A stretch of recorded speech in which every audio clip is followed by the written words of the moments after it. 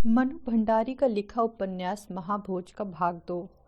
शहर के सबसे महत्वपूर्ण व्यक्ति दा साहब अपने निजी कमरे के एक कोने में अकेले बैठे हैं, मौन गंभीर, कुछ कुछ चिंतित और परेशान भी।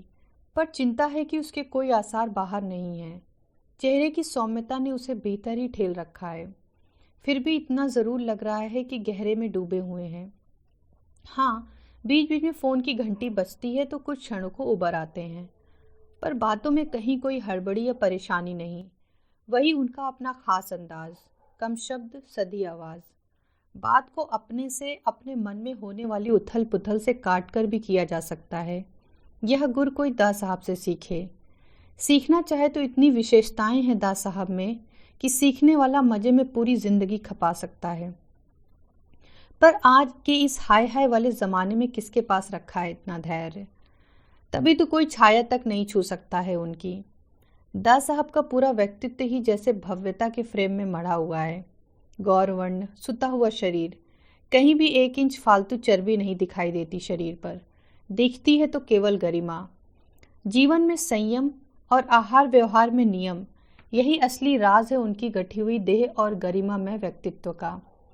बोलते भी हैं तो आवाज में अधिक उतार चढ़ाव नहीं आता, एक ही स्वर में बोलते हैं, धीरे धीरे। शब्द मात्र जीभ से फिसले नहीं लगते।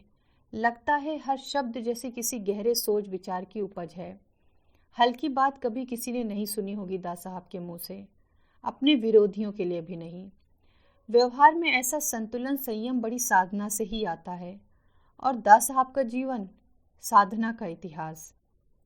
साधना की आग में तपकर ही कुंदन सा निखर आया है उनका व्यक्तित्व। उनका निजी कमरा भी बहुत सादा है। तड़क भड़क तामझाम कहीं कुछ भी नहीं। यह सादगी उनके पद के अनुरूप कतई नहीं, पर उनके व्यक्तित्व के अनुरूप जरूर है। कमरे में कालीन नहीं, मोटी दरी है, जिसके एक सिरे पर दीवार में सटा मोटा सा गद्दा बिछा है। ऊपर झकझक चादर और गांव तकिए पड़े हैं, एकदम देसी पद्धति। दा साहब को जितना देश प्रिय है उतनी ही देशी पद्धति भी। लड़के बच्चे जरूर अंग्रेजियत में सन गए हैं, इम्पोर्टेड वस्तुएं और इम्पोर्टेड भाषा का ही इस्तेमाल करते हैं। पर यह बच्चों की अपनी रुचि और चुनाव है, और किसी की स्वतंत्रता पर अपने को आरोपित नहीं करते दा साहब। बच्चे छोटे थे और साथ रहते थे तब भी नहीं, अब तो वैसे भी बड़े होकर सब अपने अपने घरों में चले गए। सजावट के नाम पर केवल 2 बड़ी बड़ी तस्वीरें टंगी हैं दीवार पर, गांधी और नेहरू की। इन्हें अपना पथ प्रदर्शक और अपनी प्रेरणा मानते हैं दा साहब। गीता का उपदेश उनके जीवन का मूल मंत्र है। घर के हर कोने में गीता की एक प्रति मिल जाएगी। वैसे वे कभी किसी को उपहार देते नहीं। व्यर्थ के ढकोसलों में कतई विश्वास नहीं है उनका। पर फिर भी कभी उपहार देना ही पड़ गया तो सदा गीता की प्रति ही दी है। चिंतन मनन के क्षणों में अपने कमरे में ही बैठते हैं दा साहब। यहाँ सबका प्रवेश संभव नहीं। हाँ, जो अपने खास आदमी हैं वे आ सकते हैं। इसीलिए लखन सिंह बिना किसी रोक टोक के सीधा भीतर चला आया। दा साहब का अपना आदमी है लखन सिंह, बहुत भरोसे का और उनका स्नेह भाजन। 10वीं पास करने के बाद से ही लखन दा साहब की सेवा में नियुक्त हो गया था। उनका थैला उठाए उठाए उनके पीछे चलता था हर समय। और आज उसे ही दा साहब ने सरोहा के चुनाव क्षेत्र से खड़ा किया है। अपने साथ काम करने वाले छोटे से छोटे आदमी को भी तरक्की का पूरा मौका देते हैं दा साहब, बल्कि उसकी तरक्की में भरसक सहायक होते हैं। उसूल है दा साहब का कि जिसे सहारा दो उसे मंजिल तक पहुंचा भी दो। पर आज जहां उसूल टके सेर बिकते हों, वहां कौन कदर करता है दा साहब के उसूलों की? सब एक स्वर से विरोध करने लगे हैं लखन का। एक ही तर्क था सबका, सुकुल बाबू के मुकाबले खड़ा होने वाला व्यक्ति उनकी ही टक्कर का होना चाहिए। आखिर 10 वर्ष तक मुख्यमंत्री रहे हैं सुकुल बाबू इस प्रांत के। हारने के बाद भी रुतबा है उनका। उनके सामने लखन की औकात ही क्या भला, मुंह की खाएगी पार्टी। तर्क बिल्कुल ठीक था विरोध करने वालों का, एकदम ठोस और वजनदार। पर दा साहब की भेदक दृष्टि तर्क पर ही नहीं अटकती, मंशा तक पहुंचती है सीधी। सब अपने अपने आदमियों को घुसाने की तिकड़म में लगे हुए थे। मन बहुत क्षुब्ध हुआ था दा साहब का। लोगों में दिनों दिन बढ़ती यह पद लोलुपता कहाँ ले जाकर पटकेगी देश को? काम करने को कोई तैयार नहीं, पर पद के लिए सभी उत्सुक उतावले। लखन सिंह को जैसे तैसे टिकट तो दिलवा दिया, पर इतने से ही निश्चिंत होकर नहीं बैठा जा सकता है। विरोधियों के साथ साथ अपनी ही पार्टी के असंतुष्ट लोगों को भी संभाल कर रखना पड़ता है, वरना कोई आश्चर्य नहीं कि पार्टी के झंडे के नीचे ही नीचे उनकी जड़ें काटने का काम भी चालू रहे। आजकल चुनाव में दोहरी लड़ाई लड़नी पड़ती है। एक क्षण को भी आदमी चैन से नहीं बैठ सकता, हमेशा सतर्क, सावधान, अपनों से, परायों से, सभी से सचेत, एकदम चौकस। लखन को देखकर दास साहब ने स्नेह से स्वागत किया। आओ लखन, क्या समाचार है? पर लखन के तमतमाए चेहरे पर नजर पड़ी तो पूछा, क्या बात है, बाहर बहुत गर्मी है क्या? बाहर क्या, गर्मी तो मेरे भेजे में घुसी हुई है। यह जोरावर बाज नहीं आएगा अपनी हरकतों से, खुद तो मरेगा ही, हमको भी ले डूबेगा। गुस्से से लखन की कनपटियों की उभरी हुई नसें तक फड़क रही हैं। कोई विश्वास करेगा कि यह दास साहब के संरक्षण में पला हुआ आदमी है? एकदम उनके विपरीत, केवल रंग और कदकाठी में ही नहीं, स्वभाव और आदतों में भी। छोटी छोटी बातें उसे बेहद उत्तेजित कर देती हैं। बोलता है तो इतने आवेश में कि हकलाने लगता है। दास साहब कभी नाराज नहीं होते उसकी इस बदमिजाजी पर। हंसकर इतना ही कहते हैं, तुम मेरे पूरक हो भाई। यूं भी दूसरों को उनकी कमजोरियों के साथ स्वीकार करना स्वभाव है दास साहब का। कहना चाहिए उदारता है उनकी। इसी उदारता ने लखन को एक हद तक ढीठ बना दिया है। बस फनफनाता रहता है। अभी तो कुछ नहीं हुआ, बहुत मामूली सी बात हुई है। सरोहा में बसेसर नाम के एक आदमी को मरवा दिया गया है। लाश पुलिया पर पड़ी मिली। असली बात तो तब होगी जब हरिजनों के सारे वोट सुकुल बाबू के नाम पर जाएंगे। सब लोगों का अनुमान है कि जोरावर का है यह काम। चेहरे पर किसी तरह का कोई विकार नहीं आया दास साहब के। मालूम है आपको? अभी थोड़ी देर पहले ही सुना। स्वर इतना सहज और सपाट जैसे कहीं कुछ हुआ ही नहीं हो। और यह भी सुना कि सारे गांव में भारी तनाव है जोरावर को लेकर। उसके सिवाय कोई नहीं करवा सकता यह काम। आगजनी वाली घटना पर किसी तरह लीपा पोती करके गांव वालों को संभाले हुए थे। ऊंचे स्तर पर तहकीकात हो रही है, प्रमाण जुटाए जा रहे हैं। असली मुजरिम का पता लगते ही कड़ी से कड़ी सजा दी जाएगी। घरेलू उद्योगों के लिए आर्थिक सहायता की योजना के मरहम ने घाव को काफी कुछ भर भी दिया था। इसी स्थिति में चुनाव हो जाता तो ठीक था। कैसी बात करते हो? दास साहब ने वाक्य पूरा नहीं करने दिया। घरेलू उद्योग की इस योजना से उनकी गरीबी पर जरूर मरहम लगाया जा सकता है, पर प्रियजनों के बिछुड़ने के दुख पर नहीं। आदमी का दुख जिस दिन पैसे से दूर होने लगेगा, इंसानियत उठ जाएगी दुनिया से। पर लखन तो अपनी ही रौ में बोलता चला गया। ऐन मौके पर इस बेवकूफ ने बीसू को मरवा दिया, अब कुछ नहीं होने का। आवेश के मारे मुंह से थूक की छोटी छोटी फुहारें छूटने लगी थी लखन के, और सांवला चेहरा एकदम बैंगनी हो उठा। पर इतना सब सुनकर भी दास साहब के चेहरे पर किसी तरह का कोई भाव परिवर्तन नहीं हुआ। उतने ही सहज स्वर से बोले, पुलिस तो अभी एक बयान ही ले रही है और तुम नतीजे पर भी पहुंच गए। इतनी अधीरता अच्छी नहीं, थोड़ा। पर लखन सिंह में तो पूरी बात तक सुनने का धीरज नहीं। बीच में ही तमक कर बोला, मैं नहीं नतीजे पर पहुंचा, सारा गांव कह रहा है। कानून अनुमान पर नहीं, प्रमाण पर चलता है, और पुलिस प्रमाण जुटा रही है। कानून के सामने मेरी तुम्हारी हस्ती ही क्या है भला? जुट जाएंगे इस बार प्रमाण भी। आखिर कब तक खैर मनाएगा जोरावर? प्रमाण जुट जाएंगे तो अवश्य ही सजा भी पाएगा अपने जुर्म की। वह तो सजा पाएगा अपने जुर्म की, पर उससे भी बड़ी सजा तो हम पाएंगे, वह भी बिना कोई जुर्म किए। स्वर एकदम रुआसा हो गया लखन का। होता है कभी कभी ऐसा भी, एक की मूर्खता का फल दूसरे को भुगतना पड़ता है। और आप हैं कि इसी मूर्ख का पल्ला पकड़े हुए हैं। मारा है गरीबों को तो भुगतने दीजिए सजा। नहीं चाहिए हमें जोरावर के वोट। अब इसके वोटों के चक्कर में हरिजनों के सारे वोट तो गए ही, गांव के दूसरे लोगों के वोट भी नहीं मिलेंगे। सारा हिसाब लगा कर देख लिया है मैंने। ले डूबेगा जोरावर का साथ। माथे पर कलंक और आत्मा पर बोझ सो अलग। आत्मग्लानि और अपने ही प्रति उभरे हुए धिक्कार भाव से लखन का सारा चेहरा ही विकृत हो उठा। लगा जैसे भारी बोझ के नीचे कसमसा कर आत्मा बोलने लगी है उसकी आज। और आत्मा की आवाज में बड़ा जोर होता है, जोर भी और तेज भी।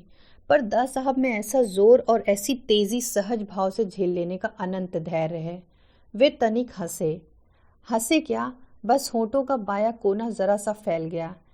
ऐसा ही होता है उनका हंसना। खिलखिलाकर हंसते तो उन्हें शायद ही कभी किसी ने देखा हो। तुमने तो सारा हिसाब भी लगा कर देख लिया, पर क्या करूं, मेरा तो स्वभाव इतना हिसाबी किताबी है नहीं। मन हिसाब के आंकड़ों में रपता ही नहीं, बस सही गलत में ही उलझा रहता है।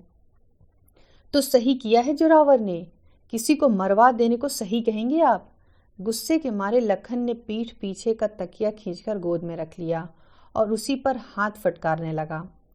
बहुत आवेश में हो, दोष तुम्हारा नहीं उम्र का है, जरा भी विचलित हुए बिना दास साहब ने कहा और चुप हो गए। लखन टुकुर टुकुर उनका चेहरा ताक रहा है। इस समय वह स्थिति का विश्लेषण चाहता है, अपनी उम्र और आवेश का नहीं। आवेश राजनीति का दुश्मन है। राजनीति में विवेक चाहिए, विवेक और धीरज। प्रवचनीय मुद्रा में दास साहब ने जीवन के अनुभवों से निचड़ा हुआ वाक्य उछाला। फिर कुछ क्षण रुककर हौसला बांधते हुए बोले, आएगा, पद पर बैठोगे तो पद की जिम्मेदारी स्वयं सब सिखा देगी। कहाँ रखा है पदवद, भूल जाइए अब सब। विरोधी दल के नेता इस घटना को ऐसे भुनाएंगे कि हम सब टापते ही रह जाएंगे। यह बीसू की नहीं, समझ लीजिए एक तरह से मेरी हत्या हुई है, मेरी। लखन ने खुले पंजे से छाती पीटकर अपनी हत्या की घोषणा करके दास साहब को दहला देना चाहा। दास साहब ने कुछ इस भाव से ओंकार भरी जैसे स्थिति को नए सिरे से पूरा पूरा जायजा ले रहे हों। 9 तारीख को यानी 3 दिन बाद ही मीटिंग का ऐलान हो गया है उनकी तरफ से। सुकुल जी खुद आ रहे हैं भाषण देने। जानते तो हैं सुकुल जी के भाषण का करिश्मा, आग उगलते हैं आग। गांव वैसे ही सन्नाया बैठा है, एक ही भाषण में बहा कर ले जाएंगे सारे गांव को अपने साथ। लखन ने भी जैसे कमर कस ली है कि आज दास साहब की संतई मुद्रा को तोड़कर ही रहेगा। एक इन मशाल वालों को छूट मिली हुई है, उल्टा सीधा जो मर्जी आए छापने की। इमरजेंसी में बंद हो गया था, ठीक था, ऐसे अखबार पर तो आपको भी।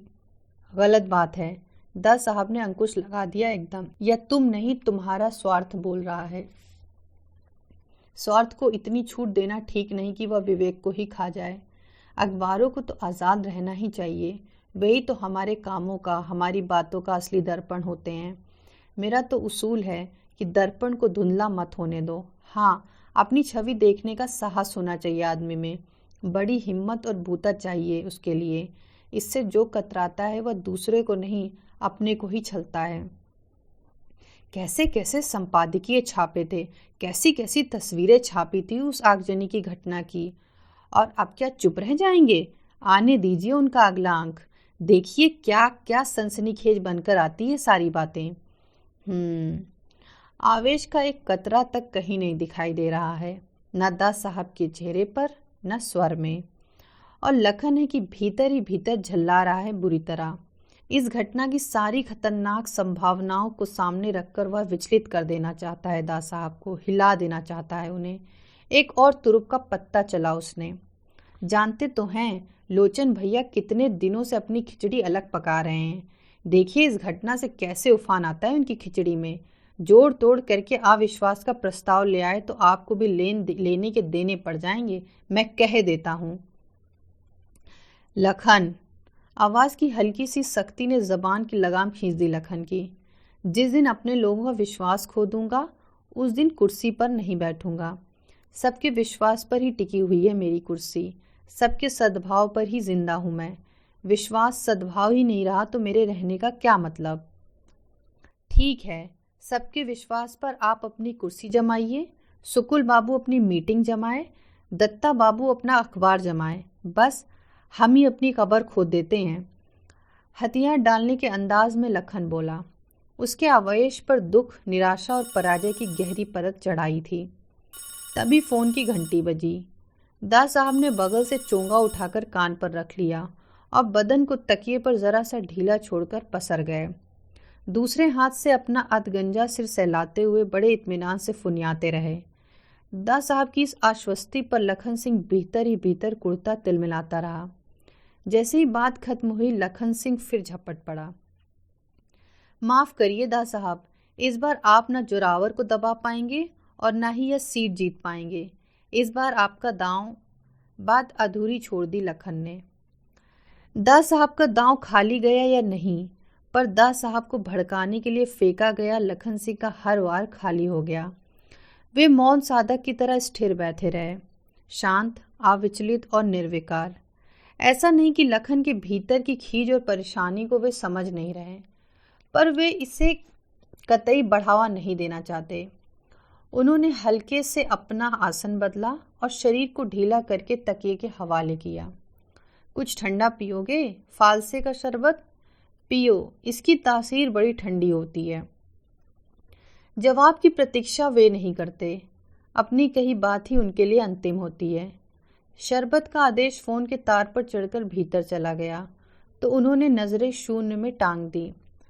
गर्दन जरूर उनकी बड़े नामालूम से झटकों से आगे पीछे झूलने लगी।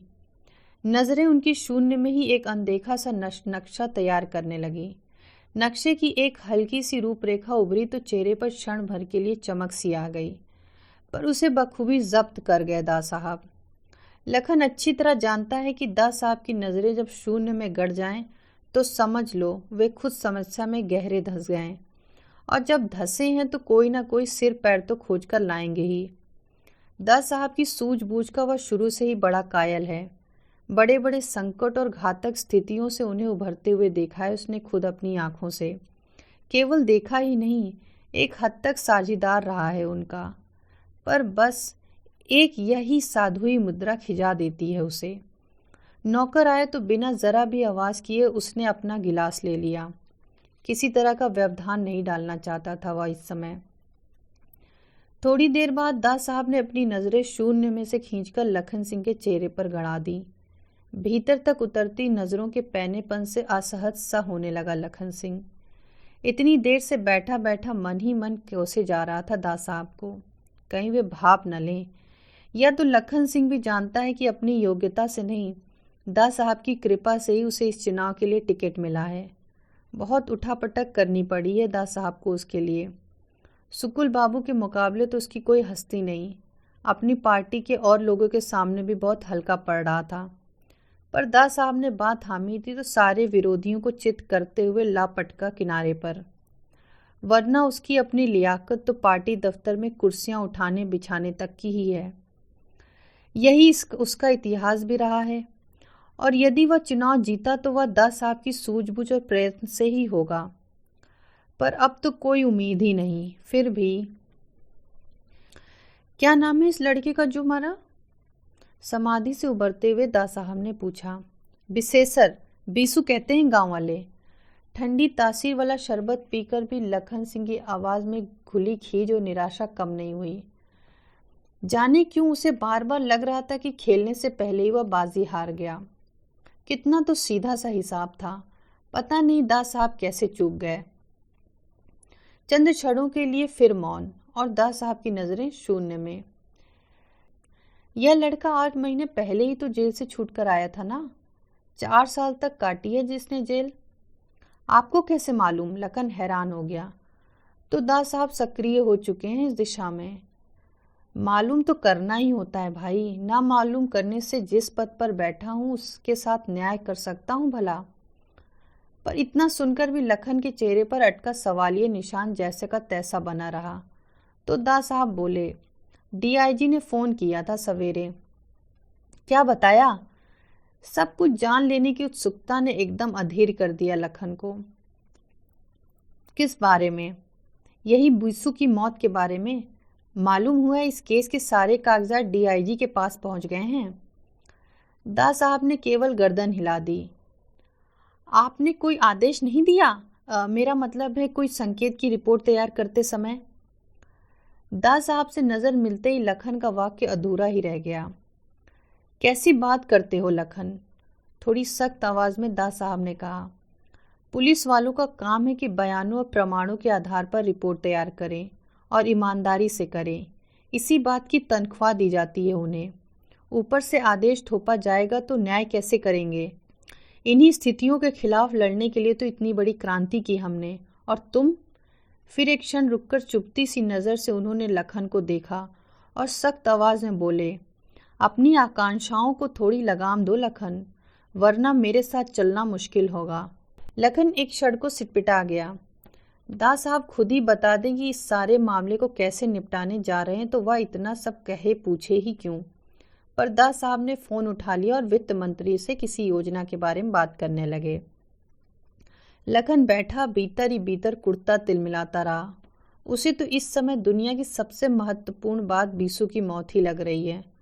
उसके प्रति कोई उदासीन कैसे रह सकता है भला, या फिर उसे इतने सहज सामान्य ढंग से कैसे ले सकता है, जैसे बीसू की मौत कोई मामूली बात हो, सिर्फ एक आदमी का मरना भर। फोन खत्म हुआ तो फिर हिम्मत करके पूछा, डीआईजी का फोन आया किस लिए था? सब अपने अपने को लेकर परेशान हैं। वह भी प्रमोशन के लिए छटपटा रहा है। स्वभाव है आदमी का, जो जहाँ है वहाँ से संतुष्ट नहीं, और चाहिए और चाहिए। पर आईजी का तबादला तो रुक गया था, तब इसका प्रमोशन कैसे होगा? लखन की हर बात में शंका लिपटी जिज्ञासा कायम है बदस्तूर। पर उस ओर से एकदम लापरवाह हो, दास साहब सहज ढंग से ही बात कर रहे हैं। मैं ही रोके हुए था अब तक। माना थोड़ी बहुत जातियां की उसने, पर क्या करता, मजबूर था बेचारा। ऊपर से हुक्म आता उसे बजाना पड़ता। गुलामी आत्मा का क्षय तो करती ही है।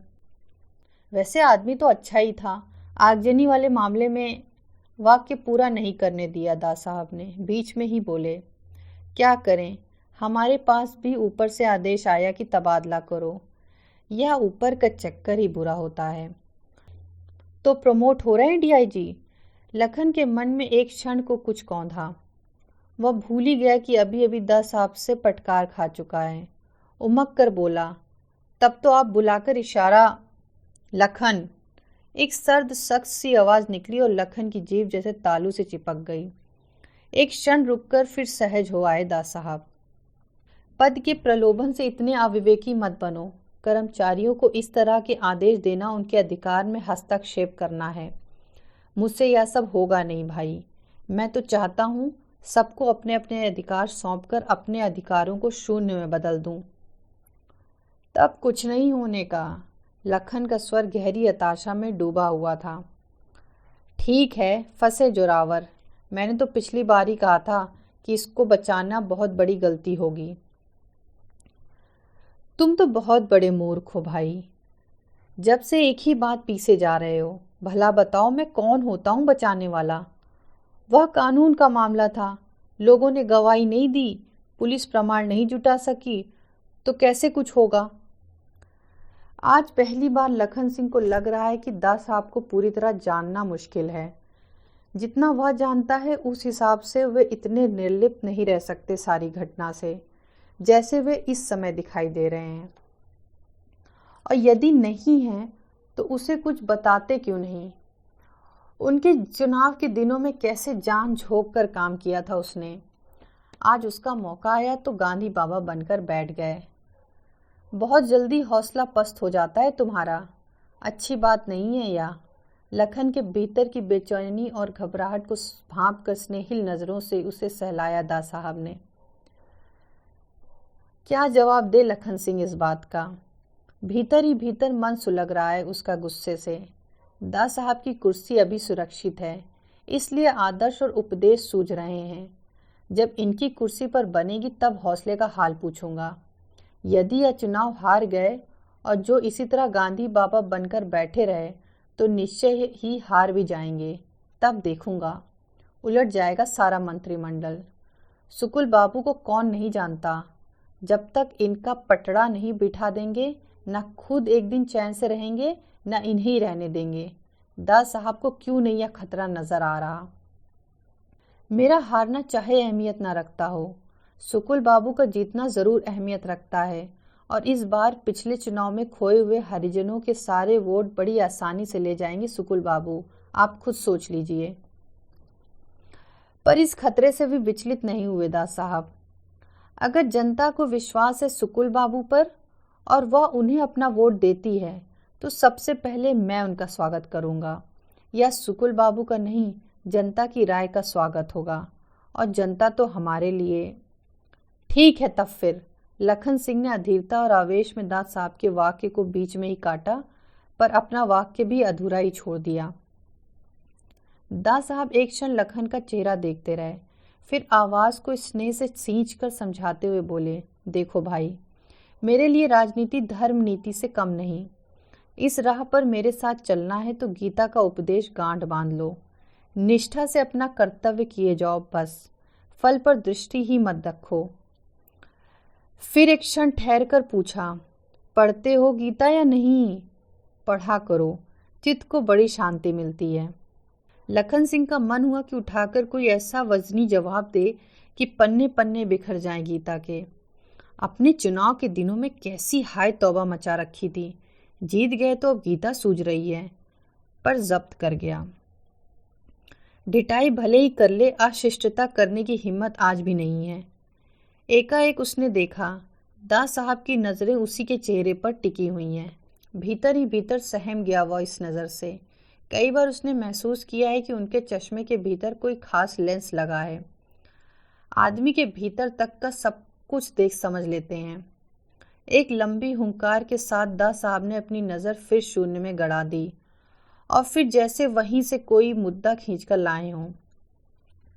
सुकुल बाबू की मीटिंग 9 तारीख को है, तो ऐसा करो कि 4-5 दिन बाद अपनी भी एक मीटिंग रख लो। बात करेंगे गांव वालों से।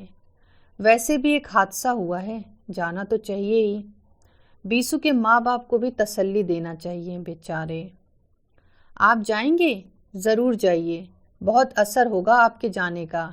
यूं भी चुनाव के बाद एक बार भी जाना नहीं हो सका आपका। एकाएक बहुत उत्साह में आ गया लखन सिंह, लेकिन दूसरे ही क्षण जैसे कुछ याद आ गया हो। ठंडे स्वर में बोला, बस एक ही डर है, सुकुल बाबू के बाद वहाँ जमना मुश्किल होगा। मैं खुद देख कर आया हूँ, बहुत तनाव है गांव में। यूं भी अब गांव वाले इतने मूर्ख नहीं रह गए हैं। यह तो बड़ी खुशी की बात है। कितने बरसों की साधना का परिणाम है या कि हमारे गांव वाले चेते।